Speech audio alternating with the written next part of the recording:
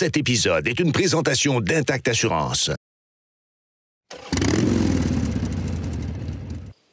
Salut la gang, bienvenue à un tout nouvel épisode de Custom Tour. Aujourd'hui, on a plein de reportages. On va parler de moto avec JP. On a une grosse BMW GS, une Honda 500 NX. Michel va nous parler de la Harley-Davidson CVO Pan America. Une chronique technique au niveau de la moto en route avec JP. Et aussi, on va vous parler de la CF Moto Papio. Bougez pas de là, ça commence maintenant. Cette émission vous est présentée par le Groupe Content.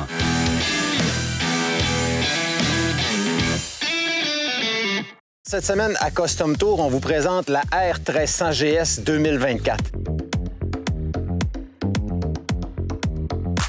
Dans les éléments qui caractérisent la R1300 GS ou la GS depuis plusieurs années, évidemment, on parle du moteur Boxer, mais c'est aussi sa suspension avant, la télélever. Ce qui est de formidable avec la télélever, c'est l'utilisation du frein avant que la suspension permet. Sur une suspension traditionnelle d'une moto, lorsqu'on utilise le frein avant, la moto a tendance à plonger. Peu importe le modèle, peu importe la marque, c'est ce qu'on subit avec une suspension normale.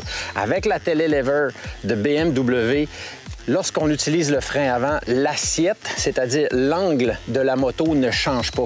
C'est vraiment génial pour l'utilisation du frein avant.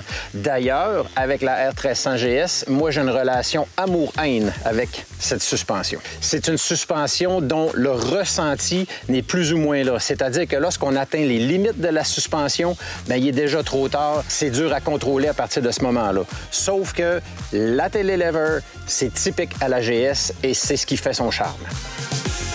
Soit dit en passant, la suspension arrière travaille super bien sur cette moto-là, très confortable. Et comme vous pouvez le voir, bien, BMW continue avec son monobras, c'est-à-dire un bras oscillant uniquement d'un côté. Petit détail ici qui vient embêter un petit peu l'ergonomie, c'est qu'avec la position, j'ai le talon gauche qui touche le bras oscillant, ce qui fait que lorsque je roule, bien, j'ai toujours le talon qui bouge un petit peu. Mais pour ce qui est de la suspension travaille super bien à l'arrière et c'est vraiment confortable comme moto.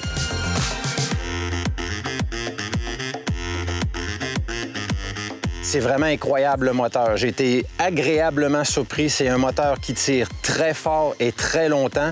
J'adore ce moteur pour le couple qu'il est capable de libérer à basse vitesse, mais c'est un moteur aussi qu'on doit conduire avec respect parce que c'est un moteur extrêmement puissant et qui peut nous faire valser à gauche et à droite dans les chemins de gravel si on n'est pas respectueux avec le moteur. Pour ce qui est de l'ergonomie de la GS, bien que celle-ci soit la version routière avec le petit réservoir, l'ergonomie est incroyable. Du haut de mes 5 pieds 6 et 3/4, j'ai aucun problème à manier cette moto et à avoir les pieds au sol. Elle est extrêmement bien équilibrée au point de vue physique, c'est-à-dire que très bien balancée. Et j'ai aucunement l'impression d'être assis sur une moto de grosse cylindrée. Évidemment, lorsqu'on met la moto en marche et qu'on utilise le moteur, là, on se rend compte qu'on est sur une grosse moto. Mais à l'arrêt comme ça, la moto est extrêmement agréable. Et en situation urbaine, la GS, de par son ergonomie, est extrêmement facile à manipuler dans le trafic.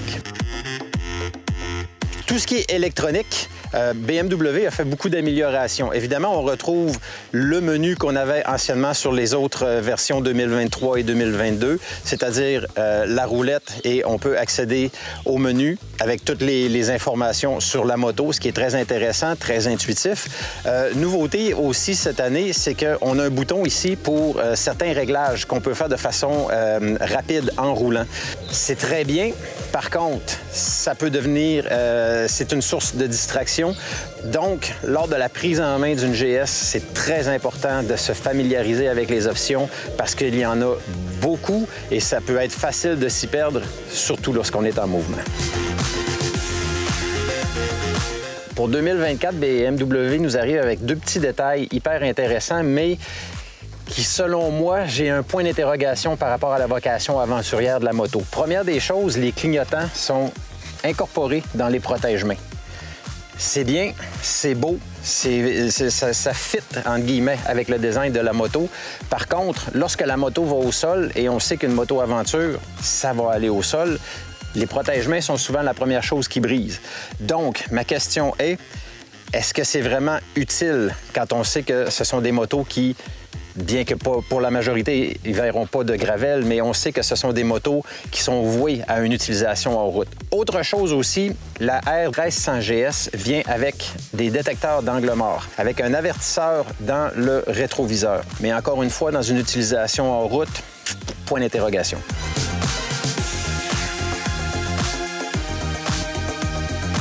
Honnêtement, depuis que je l'ai, j'ai fait beaucoup de routes, beaucoup d'autoroutes, et elle m'a carrément redonné le goût de rouler sur l'asphalte. C'est hyper confortable. Le moteur, j'ai rien à dire contre le moteur. Il est là en tout temps, capable de nous sortir de toute situation. On sait que cette moto-là, c'est une moto qui a été très bien pensée, et c'est pas pour rien que c'est la moto la plus vendue au monde. En terminant, merci beaucoup à BMW Canada de m'avoir donné la chance de pouvoir utiliser cette moto-là pendant 2 semaines et d'en profiter vraiment. J'ai beaucoup aimé la BMW R1300 GS. J'avais eu de très bonnes expériences avec la 1200 à l'époque, la 1250, mais maintenant la 1300, c'est vraiment un excellent produit. Si vous pouvez vous le permettre, parce que oui, il y a un prix qui va avec ça, c'est une super moto et vous savez où va aller votre argent avec une R1300 GS. On vous invite à nous suivre sur nos réseaux sociaux et à vous abonner à notre chaîne YouTube.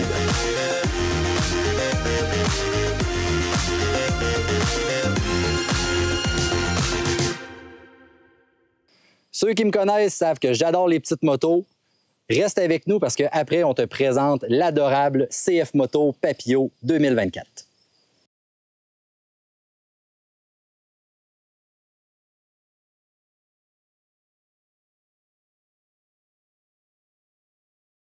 Ceux qui me connaissent bien savent que j'ai un amour particulier pour les petites motos. Puis avec nous, je pense qu'on a une moto qui incarne bien ça, la CF Moto Papillot SS 2024. On regarde ça en détail. Tout d'abord, on ne pourrait pas passer sous silence son look Néo Café Racer, donc une ligne qui est bien particulière à celle-là. Je pense qu'on doit souligner le travail de designer du côté de CF Moto. Ça l'éveille juste assez de passion pour qu'au premier regard, on l'aime à coup sûr. Bien sûr, on a une belle signature lumineuse qui est très distinctive sur la route avec 2 feux asymétriques. Puis quand on s'assoit dessus, on a une ergonomie quand même intéressante. On a une position assez sportive, pas trop handicapante au niveau des poignets. Puis on a un peu un feeling de s'asseoir là, sur les mini-sportives, un peu comme la Yamaha YSR 80. Je pense que le feeling de conduite, même avant de partir, est excellent sur cette moto-là. Ce qui anime la petite Papillot, en fait, on a une mécanique 1 cylindre 126 cc. On a une mécanique qui est assez simpliste. Donc, oui, on a l'injection électronique, mais refroidie à l'air.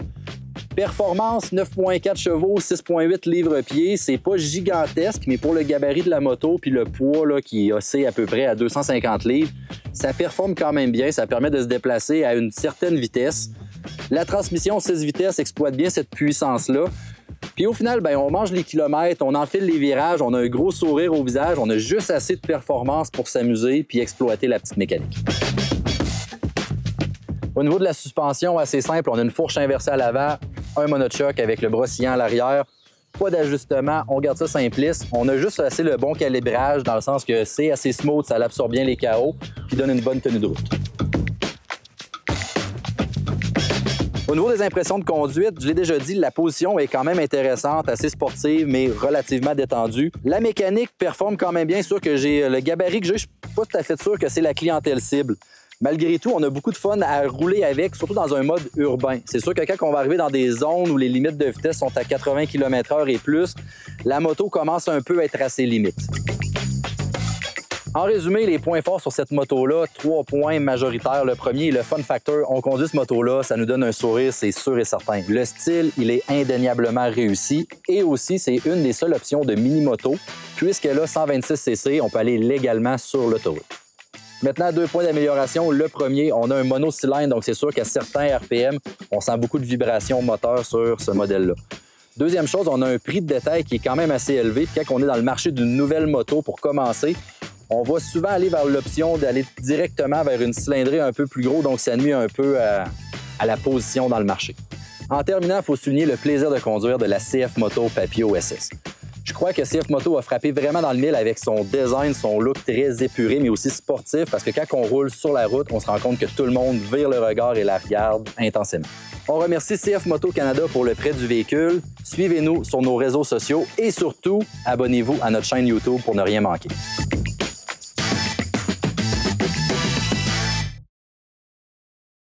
Assis, debout sur une moto, c'est quoi les particularités? Pourquoi qu'on se lèverait sur une moto? Après la pause, JP nous explique ça en détail.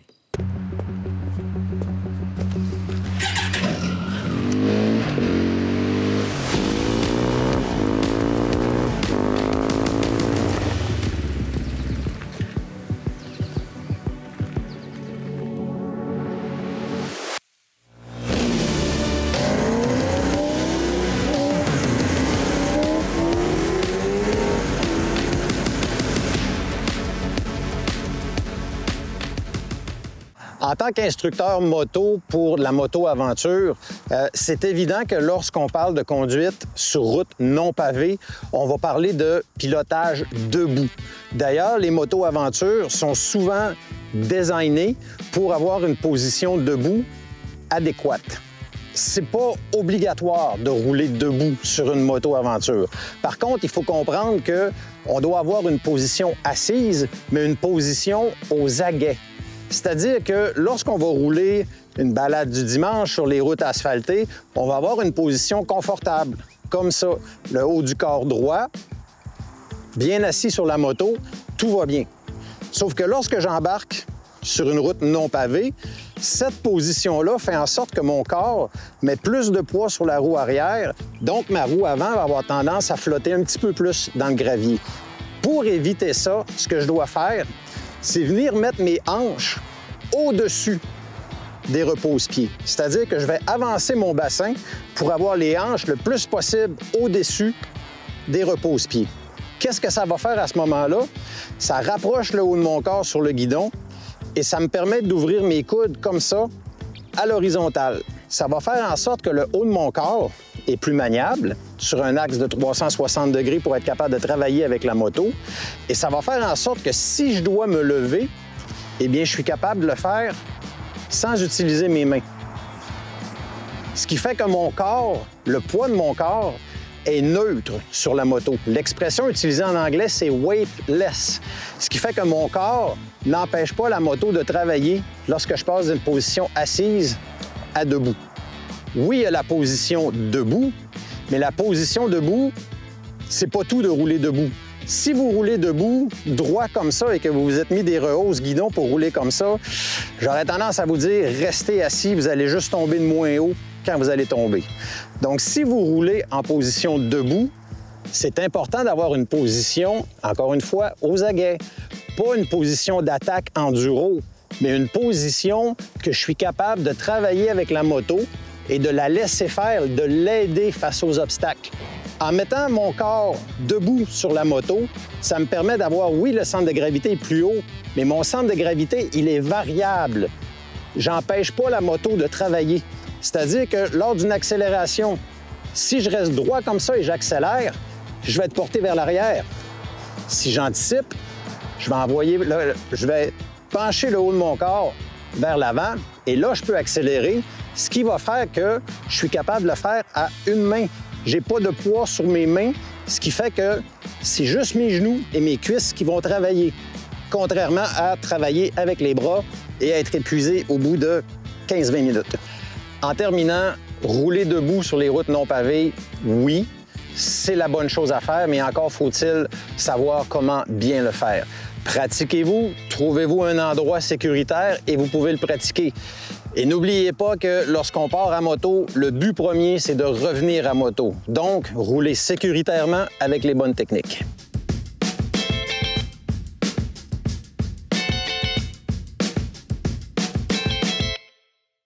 Après la pause, on jase avec Michel de la Harley-Davidson CVO Panamérica. Depuis toujours, les innovations CKX sont dictées par la nature. C'est la richesse de notre territoire qui nous inspire. Notre terrain de création se rythme au changement des saisons, dessinant de nouveaux horizons. Parce que l'immensité du paysage est à explorer au-delà de l'hiver, CKX présente son tout premier casque conçu pour la moto-aventure, le Atlas. Ventilation optimale, configuration rapide, sans outils, palette extensible multiposition. Grâce à la polyvalence du casque Atlas de CKX, passer des routes asphaltées aux sentiers forestiers n'aura jamais été aussi instinctif. Explorez votre territoire. Roulez à votre rythme. Choisissez l'aventure sans frontières.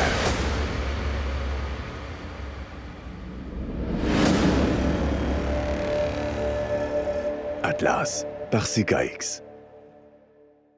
C'est le gang de Custom Tour. Aujourd'hui, je suis avec Michel qui va nous parler de la Harley-Davidson CVO Panamerica 2024. Tu as eu la chance de la rouler. Qu'est-ce que tu en penses? Ah, c'est fichu de beau bicycle, Vincent. Ça va bien, c'est une belle machine. C'est puissant, c'est doux, ça a de la suspension, ça a beaucoup de débattement. Je l'adore. Donc, tu nous parles de la puissance, Michel. Qu'est-ce qu'on a comme motorisation à l'intérieur? Alors, on a le nouveau moteur Harley-Davidson 1250 Révolution Max.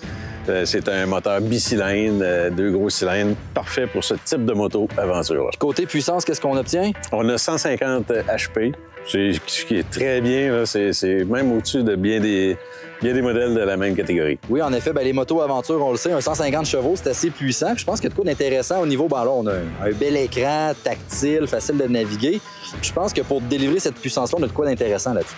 Oui, bien, écoute, on a l'entraînement est par chaîne, on a une transmission 6 vitesses, on a des pneus aventure là, qui sont quand même, je dirais peut-être, à ma connaissance, un bon 70-30. OK, fait qu'on a de quoi qui a un certain mordant, mais davantage plus orienté vers la route. Oui, c'est sûr. Pour l'avoir roulé, je pense que de quoi d'intéressant aussi, c'est au niveau des modes de conduite. Donc, tu sais, quand ça vient un peu mouilleux, où on arrive dans un terrain, style la belle petite pelouse humide comme ce matin, je pense que le mode de pluie avec une délivrée de puissance puis de torque un peu plus bas, je pense que ça s'adapte bien. Oui, c'est ça. Maintenant, on était sur du gazon mouillé, fait que le mode pluie, là, ça travaillait bien, c'était tout en douceur, ça évitait bien des gaffes. On a le mode sport, on a le mode route, on a le mode hors route. On a plein de modes personnalisables à l'écran. C'est relativement facile à faire. Okay. Là, tu mentionnes l'écran, c'est le fun. Je pense que de plus en plus, on le voit, la technologie qui est embarquée. On peut aussi lier son téléphone, donc Apple CarPlay, puis avoir toutes les fonctionnalités du téléphone. Donc là, on a de quoi de quand même spécial avec nous. On le voit un peu avec les couleurs flamboyantes. Pourquoi qu'elle est comme ça, cette moto-là? Bien, en fait, ça, c'est la CVO, la Customer Vehicle Operation. C'est la crème de la crème chez Harley, là, des peintures faites, les qualités de peinture chez Harley, là, c'est vraiment de quoi de bien. Là. On a plein de petits customize là, qui nous rappellent que c'est le 25e anniversaire de CVO. Alors, il y a beaucoup d'add-ons comme ça. Là. Niveau impression de conduite, qu'est-ce que tu en penses, là, le feeling? Tu t'assois dessus, tu roules, autant sur route, hors route. Qu'est-ce que tu en penses? Bien, hors route, c'est quand même une moto pesante. Mais on sent le poids de la moto, mais elle travaille quand même bien. La suspension, c'est génial. C'est une suspension adaptative. Donc, on la sent là, que dans n'importe quelle condition, là, on voit que la suspension travaille puis qu'elle va s'adapter. Là, on le sait, il n'y a aucune moto qui est parfaite. Michel, qu'est-ce qui pourrait être amélioré sur la Panamerica? Bien, on parlait de suspension tantôt. C'est un avantage, mais ça devient un inconvénient quand il y a le temps de sortir la béquille. Comme la moto se rabaisse, alors la béquille devient un peu trop longue. Il faut vraiment pencher la moto du côté opposé, sortir la béquille, ramener la moto. Ça se fait quand même bien, là, mais au début, ça fait bizarre. Il y a un temps d'adaptation. Effectivement, c'est ça. Sinon, écoute, plastique, je dirais plastique un peu bon marché. Les handguards qui sont à peu près juste décoratifs. Ça protège contre les mouches, pas contre les chutes. Que ça pourrait être amélioré. Un arceau d'aluminium pour rendre un côté mettre ça plus fort, plus solide, effectivement. Ça pourrait être facilement amélioré. Donc, somme toute, elle performe bien. Pas trop de poids d'amélioration, des petits knick-knacks. Effectivement. Dans l'ensemble, c'est... Un essai concluant. Tu signes demain matin chez Harley pour t'en procurer une. Quasiment, oui. Fait que là, Michel, tu as roulé combien de kilomètres à date avec? T'es un grand rouleux, toi. Oui, moi, j'aime ça, accumuler les kilomètres. Fait que j'ai roulé environ 1000 kilomètres avec celle-ci. Je débute mon essai, fait que je vais y en mettre d'autres au compteur. Je vais l'essayer dans différentes conditions de terrain aussi, hors route, sur la route. J'ai des petits voyages planifiés. C'est sûr que je vais m'amuser avec celle-là. C'est merveilleux. Fait que là, on va avoir un article écrit, bien sûr, bientôt, sur Custom Tour. Absolument. Surveillez ça. Un article sur la Panamerica 2024, la CVO. Donc, suivez-nous sur nos réseaux sociaux. Bien sûr, abonnez-vous sur la chaîne YouTube. Et bien sûr, merci à Harley Canada pour le prêt de la merveilleuse Harley-Davidson CVO Panamerica 2024.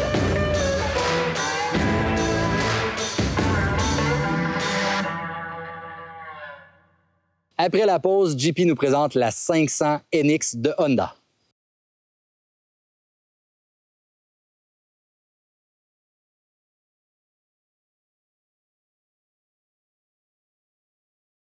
Bonjour tout le monde, bienvenue à Custom Tour. Pour cette semaine, je vous présente la Honda NX 500.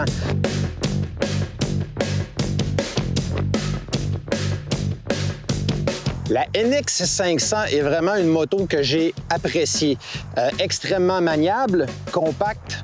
Le moteur, même de son 500cc, n'a rien à envier avec les autres grosses motos. Elle se déplace très bien.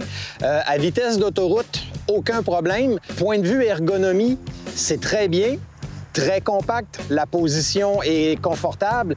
Par contre, j'aurais aimé un guidon un petit peu plus large parce que un peu le défaut de ses qualités, étant donné que la moto est petite, elle est très maniable, surtout en position debout.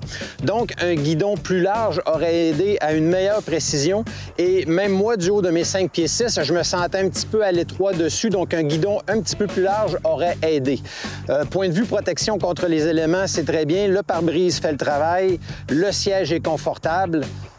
Par contre, gros point négatif, moi, par rapport à la NX 500, c'est que la moto, elle a énormément de potentiel. C'est une moto qui est capable d'aller dans des sentiers, c'est une moto qui est capable de s'aventurer loin. Je l'ai essayé et je vous le confirme qu'elle est capable. Par contre, elle vient dénudée de toute protection, ce que je trouve un petit peu déplorable. Cependant, je comprends le point de vue de Honda de vouloir garder la NX 500 sous la barre des 10 000 $. Par contre, la moto a tellement de potentiel que même si on avait ajouté un petit peu plus sur le prix par rapport à certains accessoires, je crois que ça n'aurait pas été injustifiable de la part de Honda. D'abord, la moto vient sans aucune protection, comme je le mentionnais, mais il n'y a pas de sabot moteur, il n'y a pas de protège-main et il n'y a même pas de protection pour le radiateur à l'avant. Donc, comme je le mentionnais, pour une moto avec autant de potentiel, je pense qu'un peu de protection, ça aurait été une bonne affaire de la part de Honda. Point de vue ergonomie, lors de la position assise, c'est très bien. Comme je mentionnais, j'aurais aimé un guidon un petit peu plus large parce que vous voyez, juste comme ça, la seule chose que je vois dans les rétroviseurs, ce sont mes coudes et mes épaules. En position assise, très confortable. Par contre, en position debout, grosse erreur de la part de Honda, j'ai le pied qui repose directement sur le tuyau d'échappement. Je pense que là, on l'a échappé un petit peu de la part de Honda. Mais pour ce qui est du reste, position assise, très confortable.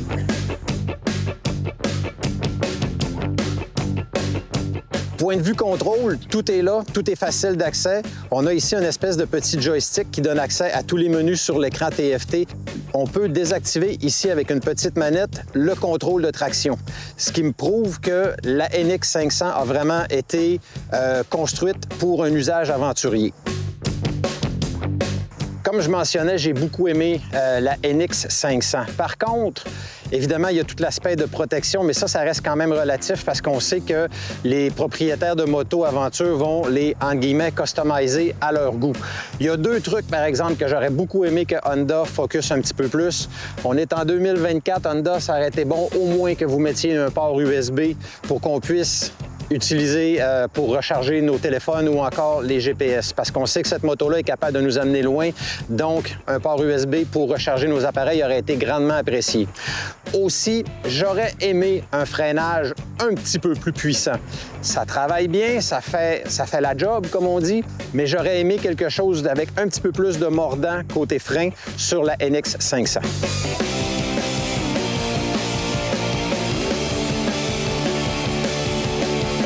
J'ai vraiment aimé cette moto-là. Je crois que tout y est. Un des gros avantages aussi au Québec, c'est qu'elle est 500cc. Donc, pour un motocycliste qui vient se chercher une première moto à vie, on tombe déjà dans la gamme 400cc et plus. Donc, on tombe avec le full permis si on va chercher, si on passe un examen sur route avec cette moto. Gros avantage. Évidemment, fiabilité Honda, j'ai pas besoin d'en dire plus. Même si pas parfait, je considère que c'est une moto qui a beaucoup de potentiel et c'est une moto qu'on doit vraiment considérer lorsqu'on veut se lancer dans la moto et la moto-aventure. Je la conseillerais aussi à quiconque qui a une grosse moto et qui aimerait avoir une plus petite moto maniable pour être capable d'utiliser une moto comme moyen de transport, pour être capable de bien circuler dans le trafic. La NX 500 m'a vraiment surpris de par sa fiabilité et aussi, elle a assez de moteur pour se sortir de situations on va dire, précaire. C'est un 500cc, on s'entend, c'est pas une bombe, mais ça fait très bien le travail. La Honda NX 500 2024, vraiment un bon produit à découvrir. Merci à Honda Canada pour le prêt de la moto.